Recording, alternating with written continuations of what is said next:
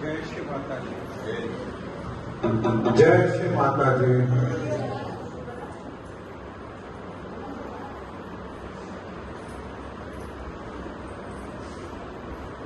आज श्री माता जी हम सबके बीच में भारत माता के रूप में उपस्थित हैं। तो सबसे पहले हम श्री भारत माता का मंत्र लेंगे, उसके बाद श्री माता जी के आदेश और इच्छा से जो बुलवाते हैं वो करना चाहेंगे। ओम त्वमेव साक्षात् श्री भारत माता साक्षात् श्री आदिशक्ति माता जी श्री निर्मला देवी नमो नमः।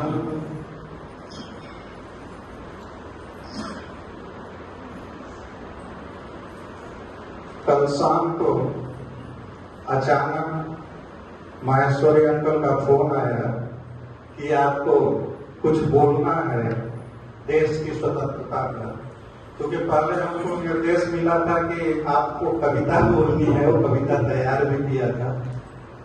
तो हमने कहा जैसी माँ की इच्छा, तो आज माँ की कृपा और इच्छा से हम सब यहाँ इकट्ठा हुए हैं।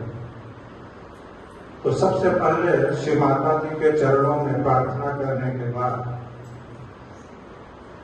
हम सब आज इकट्ठा क्यों हुए हैं। हम लोग 15 अगस्त के दिन जो हम लोगों को स्वतंत्रता प्राप्त हुई थी, उस स्वतंत्रता के उपलक्ष्य में आज भारत सरकार और हमारे देश की जनता सब मिलकर स्वतंत्रता की जो अमृत महोत्सव है उसे मना रही है। उसी उपलक्ष्य में हम सब भी आज यहाँ एकत्रित होकर अमृत महोत्सव को बड़े हर्ष उल्लास और उमंग के साथ मना रहे हैं। लेकिन हमारा एक सबसे बड़ा जो हम लोग जानते हैं, हर स्पीच हर भाषण में हम यहाँ भाषण देने के लिए नहीं आए हैं, हम सब माँ के बच्चे हैं। हम लोग एक दूसरे से बातों को साझा करने के लिए खड़े हुए हैं यहाँ पे। ये सब लोग जानते हैं, हर स्पीच में कहा जाता है कि स्वाधीनता हमको बलिदान से मिली है। लाखों लाख माताओं ने अपने बच्चों को शहीदी दी है, तमाम बहनें अपने पतियों को खोई हैं, हमारी माताएं अपने नौनिहाल बच्चों को देश के लिए समर्पित कर दी हैं। तो किसी से छिपी नहीं है, ऐसा कोई इसमें ऐसा नहीं है जो कि कुछ अलग हो। लेकिन बात इसमें इसकी नहीं है कि हम शहादत दिए हैं, बलिदान दिए हैं, तमाम जो है यातनाएं सही हैं, तब हमको स्वतंत्रता मिली है। हमारा प्रश्न कुछ अलग है, क्योंकि हम पेशे से पत्रकार हैं तो प्रश्न करना हमारी आदत है। तो हम भारत माता से ही प्रश्न पूछ रहे थे कि, और उस पर मनन भी कर रहे थे, चिंतन भी कर रहे थे कि हमारे देश का जो आधार है वो प्रवंतो विश्व मार्यम है, फिर हम कैसे गुलाम हो गए। ये सबसे बड़ा अच्छा प्रश्न था कि जिस देश की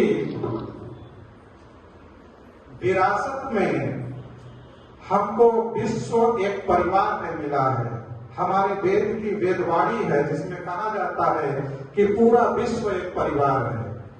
तो जब हम पूरे विश्व को परिवार मानते थे तो लोग हमारे ऊपर चढ़ाई क्यों कर रहे थे, हमें गुलाम बनाने की उनकी मंशा क्यों थी? क्योंकि हमारा धर्म ही हमें सरल और सहज बनाता है। तो हम जब इतने सरल और सहज थे तो हमें गुलाम बनाने की जरूरत क्या थी?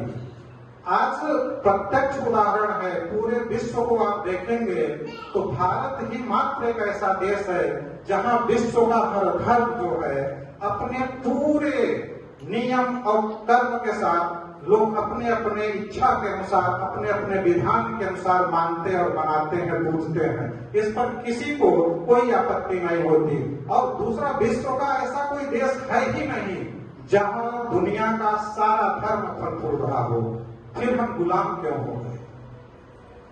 हमारे यहाँ सहजता आप देख सकते हैं कि हम अपनी मिट्टी को भी चंदन की खुशबू के रूप में पहचानते हैं। वहां से हम ये आभास करते हैं कि हमारी भारत भूमि की जो खुशबू है वो चंदन के तरह है।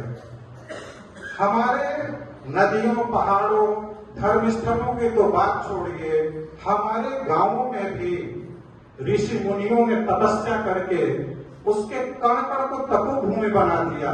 फिर हम इतने कमजोर क्यों हो गए?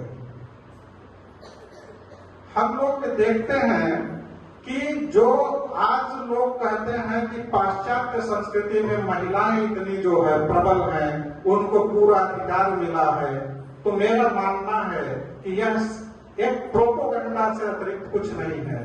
क्योंकि भारत में हम लोगों की वेद ने विरासत में दिया था कि यत्र नार्यस्ते पूज्यन्ते रमन्ते तत्र देवता, कि हमारे यहाँ तो नारियों की पूजा सदियों से होती आ रही है। फिर लोग क्यों आरोप लगाते हैं कि भारत में महिलाओं का स्थान पुरुषों से कम है? हमारे यहाँ की बेटियों की पूजा होती है, विश्व में और कहीं आप नहीं देख सकते जहाँ की बेटियों की पूजा हो। आप नवरात्रि में दुर्गा के रूप में आप बेटियों को बैठा कर उनके चरण वंदना करते हैं। दुनिया का ऐसा कोई देश है जहाँ ये होता हो? आप नजर डालिए, कहीं नहीं मिलते हैं। ये जो छोटे छोटे बच्चे हैं, माताएं, बहनें, सब इनको राम और कृष्ण के रूप में देखती हैं। हम इनके आत्मा को इतना पवित्र मानते हैं, विश्व में ऐसा उदाहरण कहीं नहीं मिलेगा। हमारी बहनें, माताएं, वो हमें वीरता का पाठ सिखा के भेजती हैं। लोग कहते हैं ना कि लाखों लाख लोग बलिदान हो गए, क्यों हो गए? उनको ये साहस और सामर्थ्य आया कहां से? तो आप देखेंगे बचपन से माताएं उनके अंदर सामर्थ्य भरी है। उनका जब लालन पालन होता है तो आप देखे होंगे कि हमारे गांव से शहरों तक खिलौना देने की एक आदत है। कोई लकड़ी का देता है, कोई मिट्टी का देता है। उसमें तलवार, कटार, शेर और हाथी दिए जाते थे। क्यों? क्योंकि बच्चे इनसे भयभीत न हो, इनके साथ खेलना सीखें, इससे बहादुर बनते थे, जो जब बड़े होते थे, आवश्यकता होती थी तो अपने प्राणों की न्यौछावर कर देते थे। ये हमारी माताओं का देन है, ये हमारी बहनों का देन है। इसमें पुरुष की कोई भागीदारी नहीं है, क्योंकि लालन पोषण की पूरी जिम्मेदारी माताएं ही कर पाती हैं और कोई नहीं कर पाता। ये विरासत हमारे संस्कार में है, हमारी संस्कृति में है। हम फिर सोचते हैं कि इतना सब कुछ होने के बाद भी हम गुलाम हो गए। ऐसा नहीं है सिर्फ 190 साल अंग्रेजों की गुलामी झेले हैं, हम हजारों साल की गुलामी झेले हैं, लेकिन हम बात सिर्फ अंग्रेजों की गुलामी भी करते हैं। हमारे ऊपर बहुतों ने शासन किया, लेकिन क्यों? हम लोग, जबकि हमारे शिक्षा में थी कि हम लोग श्रम दान किया करते थे, हम लोग श्रम को बेचा नहीं करते थे। श्रम दान देने वाला देश गुलाम हो जाए, यह बात हमें समझ में नहीं आई।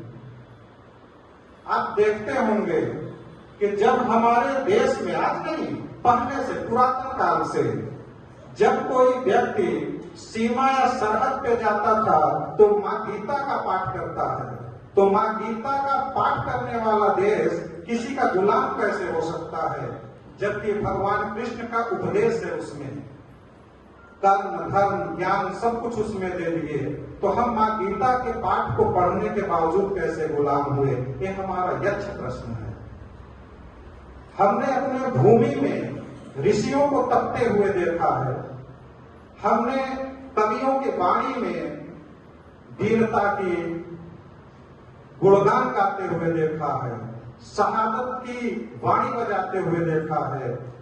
हमने अपने कवियों की भाषा में उमंग की, जब लोग राजा या कोई भी व्यक्ति सैनिक लड़ने जाते थे तो उनकी वीर रस की गाथाएं गाते हुए देखे हैं, ताकि उनके अंदर उत्साह कम न हो। हमारे यहाँ की माताएं जौहर कर लेती थी। हमारे यहाँ रानी हाड़ी की कहानी फेमस है, जिसने अपने पति को अपना शीश काट के दे दी, क्योंकि वो बहुत सुंदर थी। तो उनके पति कहे कि जब हम जाएंगे युद्ध में तो तुम्हारा चेहरा सामने आएगा। तो बोली कि हमारे पति अगर मेरा कमजोरी है तो अपने हाथ से अपना शीश काट के पति को दे दी, कहीं कि अब आपको जो है मेरी चिंता नहीं होगी और आप लड़िए। तो ऐसी ऐसी माताओं के हम संतान होकर गुलाम हो गए, यह बड़ी विडंबना की बात है। लेकिन अभी भी सवाल यह है कि हम गुलाम हुए क्यों? इसका प्रश्न जो है कभी भी किसी चिंता में या किसी चिंतन में हमें नहीं दिखाई देता। हम लोग 15 अगस्त या 26 जनवरी को खड़े होते हैं, देश की आजादी के उपलक्ष्य में कुछ नगमे गुनगुना देते हैं, कुछ भाषण दे देते हैं, कोई ऐसी चीज वीरता की पढ़ लेते हैं और ताली बजाते हैं, लोग अपने घर चले जाते हैं। तो क्या इसलिए हम लोग 15 अगस्त की स्वतंत्रता का एक दिवस से इसको मनाते हैं? हम इससे सीखते क्या हैं? हमारे अंदर परिवर्तन क्या आया? केवल 15 अगस्त के लिए? हमारी गुलामी का मुख्य कारण यह है, हमने जो है विश्व बंधुत्व की कामना किया, बाद में विश्व के सारे आक्रांता हमारे ऊपर आक्रमण किए। तो क्या विश्व बंधुत्व की कामना हमारी कमजोरी थी? तो हमें उत्तर मिलता है कि नहीं, विश्व बंधुत्व की कामना कभी कमजोरी नहीं हो सकती। फिर हम क्यों गुलाम हो गए? बात तो यही आती है ना कि फिर हम क्यों गुलाम हो गए? तो हम ये देखते हैं कि जिस देश में, भारत का नाम सबने सुना, कि जिस देश का युवा उभरता हुआ युवा सिंह के दांत गिन लेता हो, उस देश में कोई आक्रांता अगर उसे पराजित कर जाए, यह तो असंभव है। इसको हम मानने के लिए तैयार नहीं है। तो पराजय किस कारण से हुई? तो आप जब समीक्षा करने बैठेंगे तो हमने दिखेगा कि हमने अपने वेद को छोड़ दिया, हमने अपने संस्कृत को छोड़ दिया, हमने अपने संस्कार को छोड़ दिया, हमने माताओं के जो प्रेम है, दुलार है, स्नेह है, प्रताड़ना भी है। राणा प्रताप की कहानी सब सुने होंगे कि धूप में जल रहे थे, उनकी मां उठाने के लिए नहीं गई। तो क्यों? क्योंकि उनको वो मजबूत बनाना चाहती थी, भारत को एक सशक्त व्यक्ति देना चाहती थी। कि माताओं ने अपनी जिम्मेदारी से मुख मोड़ लिया, इसलिए हम गुलाम हुए। तो सबसे बड़ी भूमिका माताओं की थी। आज ये कहा जाता है कि हम अपने देश में पीछे हैं। आप हमसे बताइए कि कभी भी भारतवर्ष में पुरुष का वैवाहिक ऐसा संबंध बना है जिसमें ढेर सारी स्त्रियां हो, पुरुष वरमाला ढूंढता हो? नहीं। हमारे यहाँ वर ढूंढने की प्रथा थी, वो वधुएं हुआ करती थी। फिर हमारा देश गुलाम हो जाए। तो यहाँ स्त्री प्रधानता का जो नाश हुआ, वह भी गुलामी का एक देन है। तो ये हुआ क्यों? क्योंकि माताएं अपने पुत्रों को वीरता की जगह धीरता सिखाना चालू कर दी, इसलिए हम गुलाम हो गए। क्योंकि उन्हीं माताओं के हम संतान हैं जो हमें बचपन से आप शिक्षा देंगे, उसी शिक्षा को हम लेकर आगे बढ़ेंगे। जब हमारे वेद में सबके सुख की कामना की जाती है, सबके कल्याण की कामना की जाती है, पूरे विश्व को हम एक करने की बात करते हैं, तो हमारे देश में तो संप्रभुता स्थापित होनी चाहिए। ये समता मूलक समाज का सबसे बड़ा उदाहरण है, लेकिन इस पे समय समय आघात हुआ। अब हम बताना चाहते हो कैसे हुआ। सबसे बड़ा परिवर्तन यह हुआ कि वेद हमारा कर्म की प्रधानता को स्वीकार करता था। उसके कारण लोगों के जातियों की गिनती होती थी। कोई बहादुर है तो क्षत्रिय हो गया, कोई ब्रह्मज्ञानी है ब्राह्मण हो गया। एक ही परिवार में शूद्र, क्षत्रिय, ब्राह्मण और वैश्य हुआ करते थे।